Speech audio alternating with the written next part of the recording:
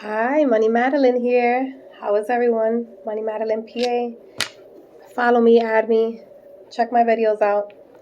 Um, I just want to go through like a normal sale of a purchaser and a seller, and I represent the buyer. So, just pretty much taking you through the most concentrated terms on agreement of sale, which will help you understand what the main things on there are as a home buyer.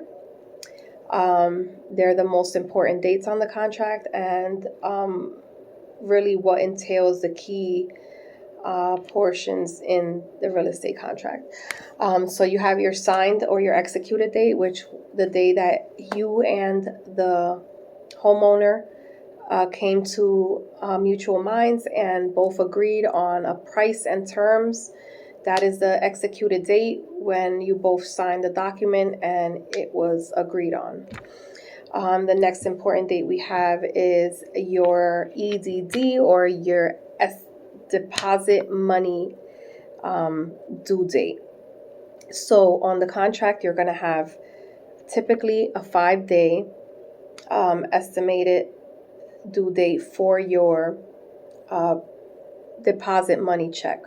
So as a homeowner, you have the first 5 days to do any inspections that were on the contract. Once the inspections are completed and negotiated, you then get into your deposit. At this point, you will take your deposit check, whether it's $5,000, $10,000, whatever it is, and you're going to drop it off at either the title company or the seller's agent's office. That check has to be there within the 5-day period unless you change that number on the contract to another number.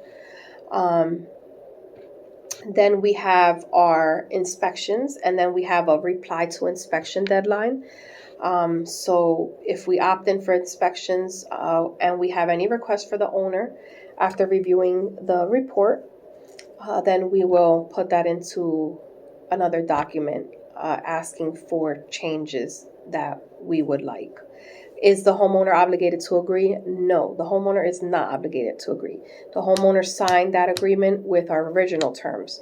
So when you come back asking for something else, they do not have to agree. And at that point, we can decide if we're going to move forward or not. We also have our mortgage commitment date. So this is when your lender or your chosen mortgage company confirms that you are actually a qualified applicant and that your application is in completion. So it's pretty much the lender's due diligence in their underwriting and all of their steps to assure that you are a great borrower in the place to purchase the home that you have put in for. So that is when the mortgage gets committed to you, like a relationship. So it's called the mortgage commitment, and we always have a date on our contract where the lender has to abide by. If that date changes, we will need to also submit a change in terms document. Anything that changes from our original contract, we will have to submit an extra document with those changes being signed by buyer and seller. Homeowners insurance.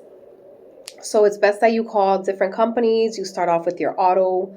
And then I would say always go with local to where the home is. Local companies to where the home is currently in are always going to have better rates than brokers or just the worldwide companies that are bigger in name, but they also are bigger in price. And sometimes it's good to just get it locally at an insurance company that is near the home.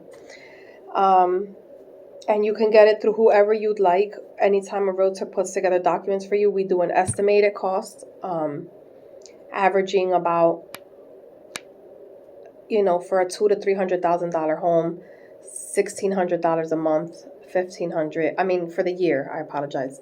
And then an escrow of $400 a month. So that's pretty much how we do it and how we kind of get our figures for it when we put it together an estimated closing cost sheet. So that'll be, if it's like a $275,000 house, I put about $1,600 for the year and another $300 for escrow.